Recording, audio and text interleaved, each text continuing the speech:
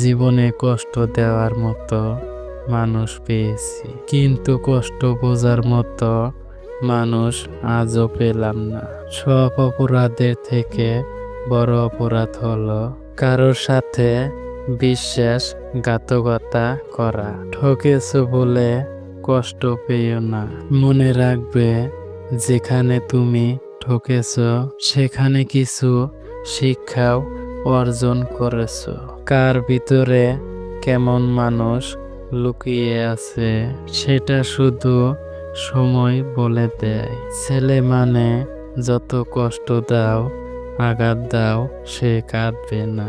সে তখনই কাঁদবে যখন কাছের কেউ অবহেলা করে চলে যায়। চাপা আছে পুরনো কষ্ট, বাঁচার নতুন মানে। এক মুঠো খাবারের স্বাদ শুধু পথের শিশুটাই জানে। এগুলোর আমিও তোমাকে করতে পারতাম, শুধু করিনি কেবলমাত্র তুমি কষ্ট পাবে বলে। কারণ আমি জানি কাউকে কষ্ট দিয়ে সুখে থাকা যায় না। হাসি সব সময় মুখের কারণ বোঝায় না, মাঝে মাঝে এটা বোঝায় যে আপনি কতটা বেদনা লুকাতে পারেন। কেউ হারিয়ে গেলে হয়তো তাকে খুঁজে পাওয়া সম্ভব, কেউ বদলে গেলে তাকে আগের মতো করে পাওয়া অসম্ভব। স্বার্থপর পৃথিবীতে ভালো খারাপ বলে কিছু হয় না। তুমি যার মন রাখতে পারবে তার কাছে ভালো, আর যার মন রাখতে পারবে না তার কাছে খারাপ।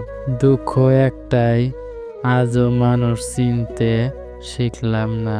কেউ একটু ভালো আচরণ করলেই বিশ্বাস করে ফেলি। স্বপ্ন পালিয়ে যায় ঘুম ভেঙে গেলে, আর মানুষ পালিয়ে যায় স্বার্থ ফুরিয়ে গেলে।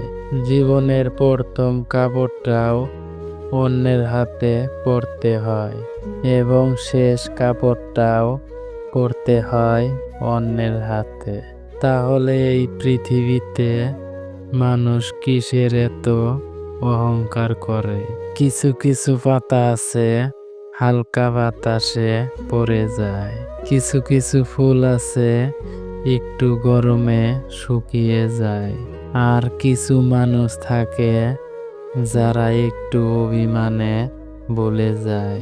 পৃথিবীতে সবচেয়ে দুর্বল স্থান হলো মন, আর সবচেয়ে দুর্বল অস্ত্র হলো ভালোবাসা।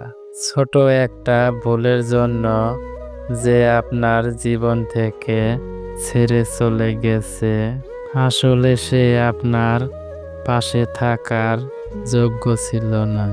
সুখে থাকতে চাও? খুব সহজ, স্বার্থপর হয়ে যাও, অনেক সুখে থাকবে।